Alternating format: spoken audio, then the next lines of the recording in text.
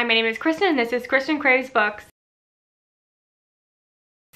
So I'm here with my March most anticipated release video, and like I say every single month, there are so many books, it's overwhelming, and I actually try to cut back books that maybe I'm interested in but just don't want to make it a priority, and there's still so many books on here.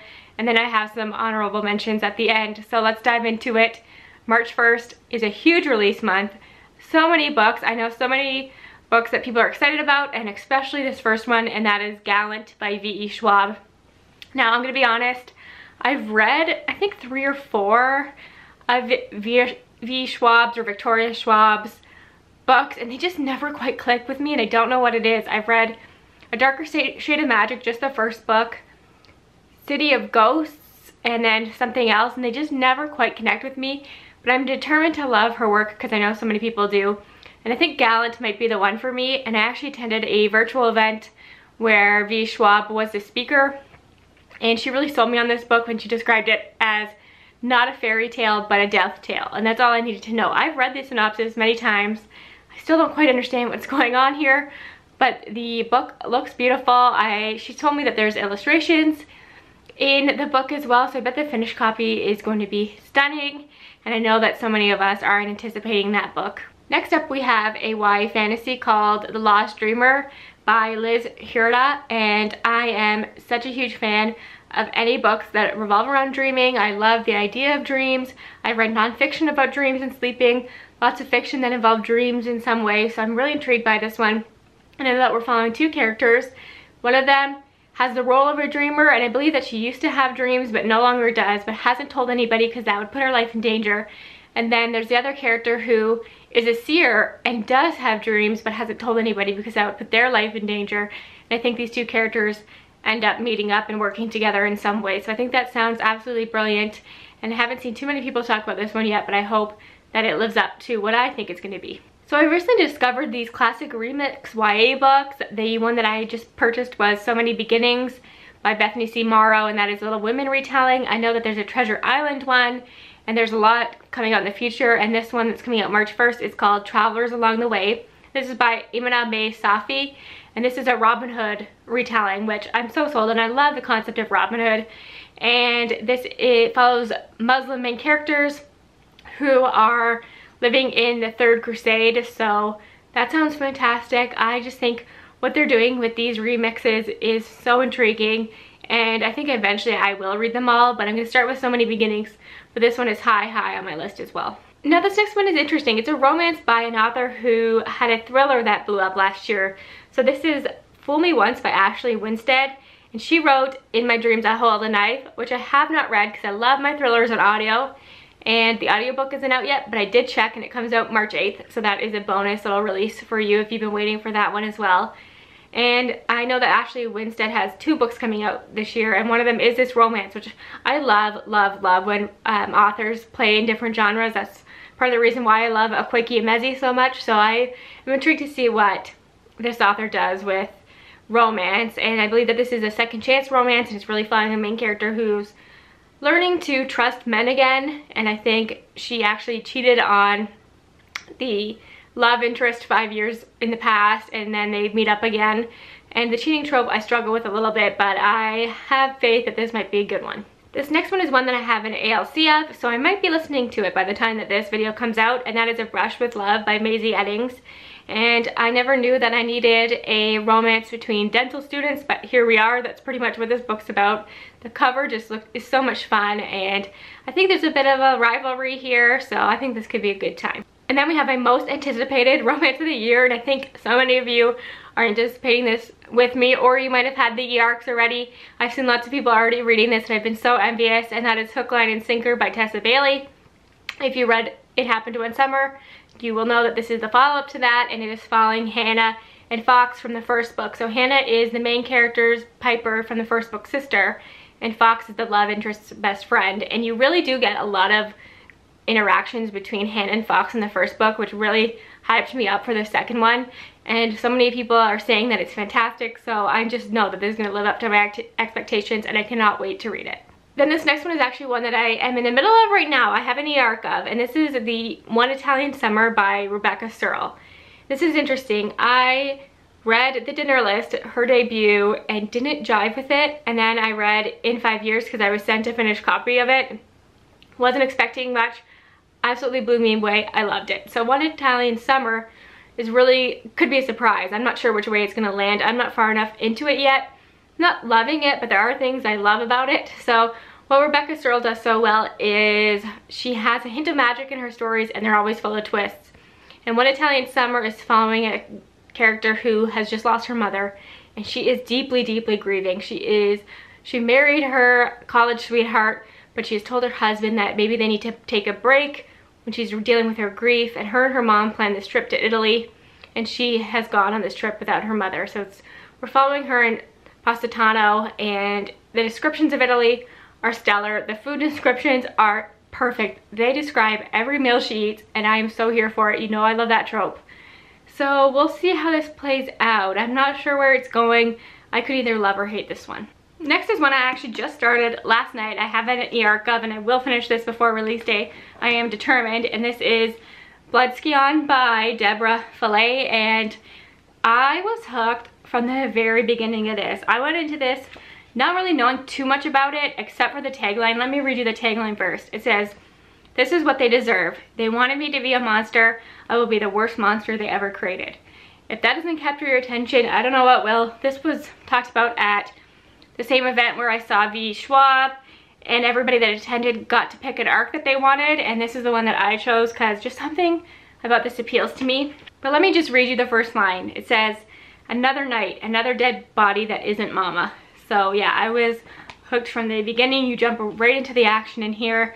So I will talk more about this one in the future, but I think this one's gonna get some hype. I have a feeling it might be in a few book boxes or things like that, so I am really excited about this one.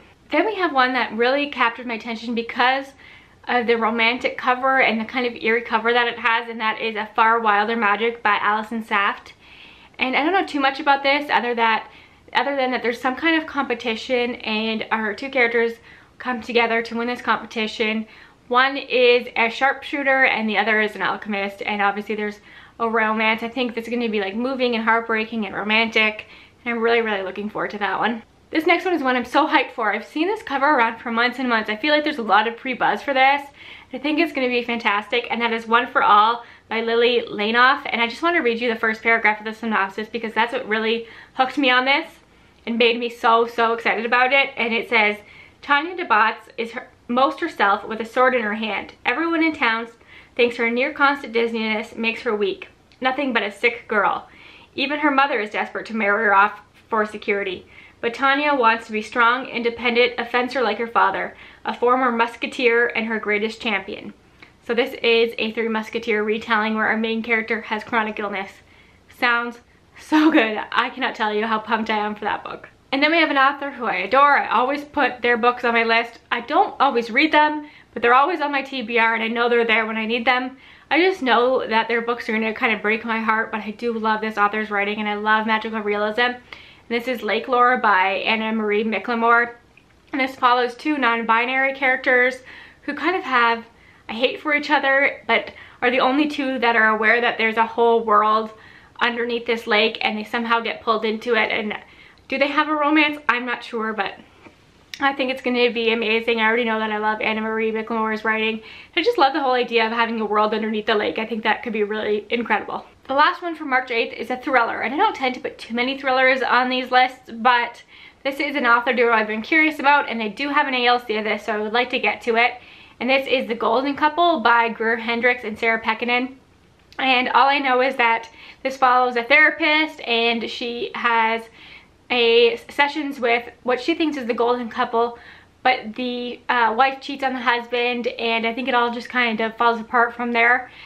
I am always a little wary of thrillers that have mental health or therapy. They can go really wrong for me, but I'm curious. I know a lot of people love this author duo. I haven't seen too many people talk about this one yet, but I know a lot of people do have the ALC. It's from the Libro FM influencer program, so I'm just curious to see what I think. moving on to March 15th, and this first one just sounds like a good time to me, and it's called Dating Dr. Dill. This is by Nisha Sharma, and this is, you know that show The Doctors, where there's all those like handsome doctors on the talk show?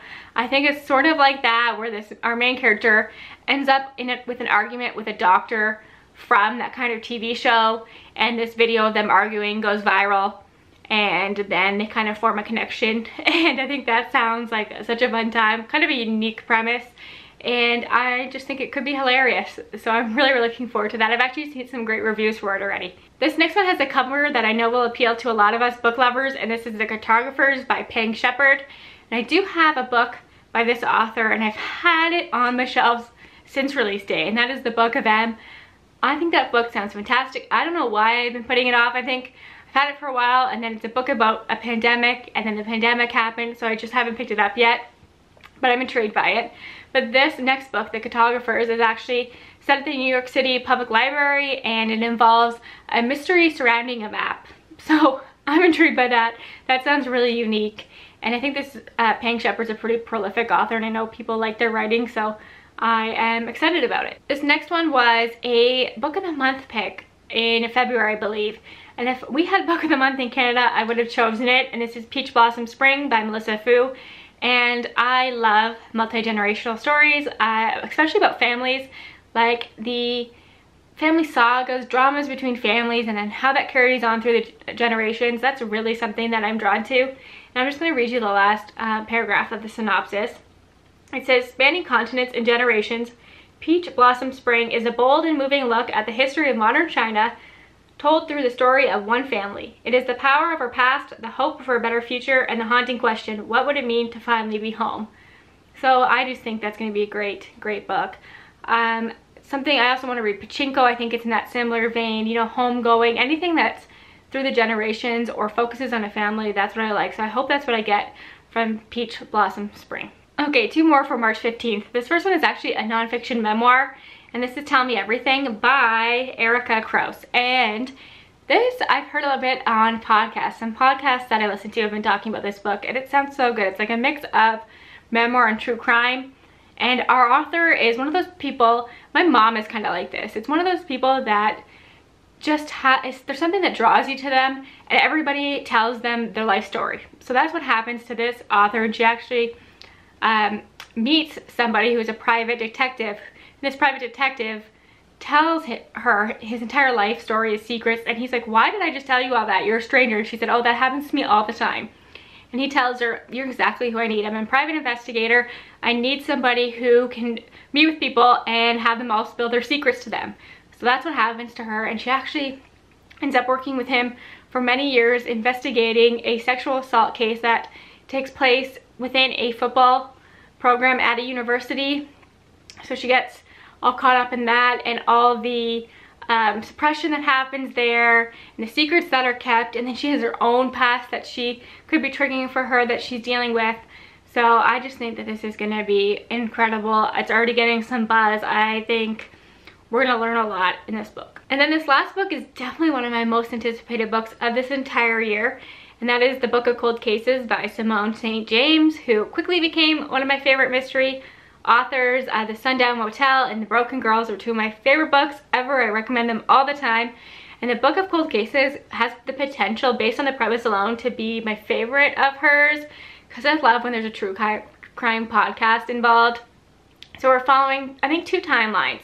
One where these murders happened and they're said to be some serial killers, and then the woman that is accused of being the killer gets away with it or is let off. There's not a lot of evidence. And then we're in the future where a true crime podcaster is allowed to interview this woman, and I think that is going to be such a good time. I so trust the way that Simone St. James writes her thrillers and the atmosphere that she creates, and she's a master at doing the dual timelines, so I'm so ready for this. Sorry if the angle or lighting's a little different. I just got a phone call, pretty funny phone call, but anyways, I am now on to March 22nd.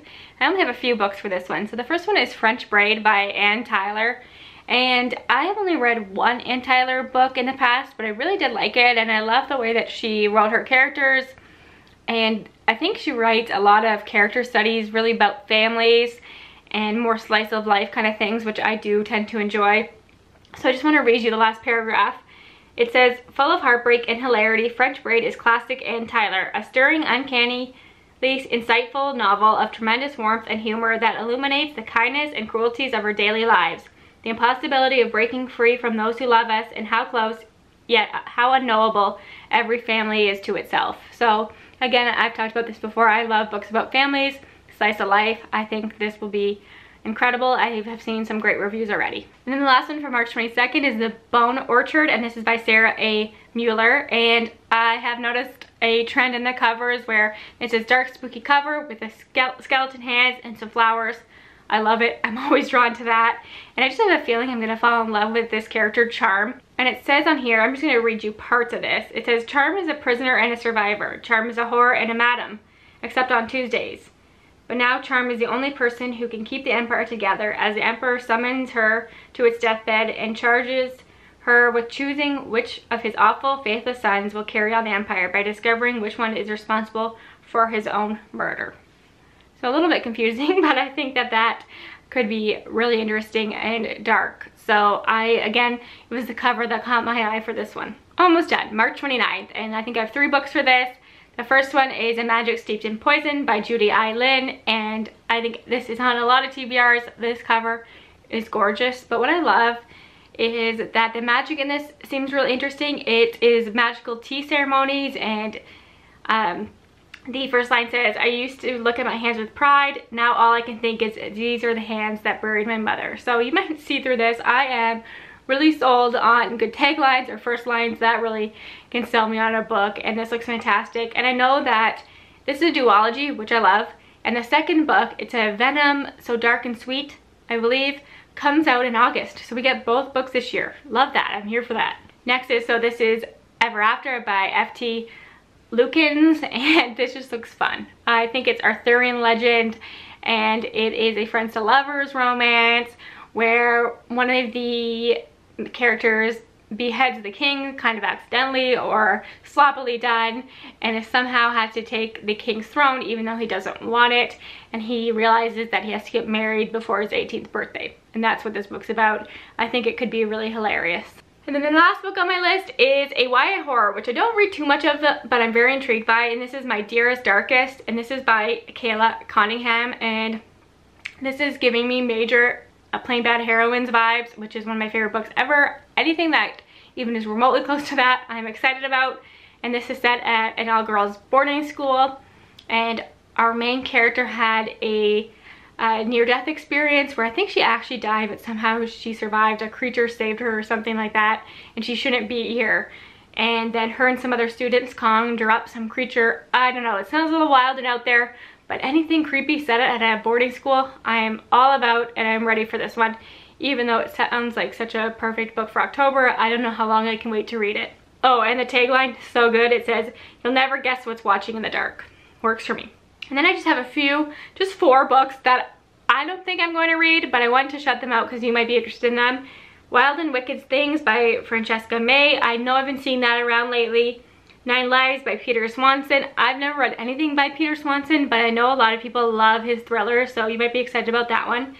The Night Shift by Alex Finlay. Now this one I don't know about. I'm intrigued by it, but I saw some pretty critical reviews of Alex Finlay's last book, Every Last Fear, so I'm not sure about that one. I will wait for reviews on that. And then Four Aunties and a Wedding. I haven't read the first book in that series, Dial A for Aunties, but I know a lot of people have read that and love that. So you could be excited to know that you can get your hands on that one really soon. So those are all the books I'm excited about in March. There are lots of them. I think I'm doing a pretty good job of keeping up with my most anticipated releases. Obviously, there's tons that I haven't read yet, but I am trying to keep on top of these, and so far so good. I think this is such a good year for releases, and if there are any that I missed, please let me know. I will always look for more books to add to my TBR, even though it is very, very overwhelming. And I hope you all enjoyed this video. Thanks so much for watching. I will talk to you soon. Bye for now.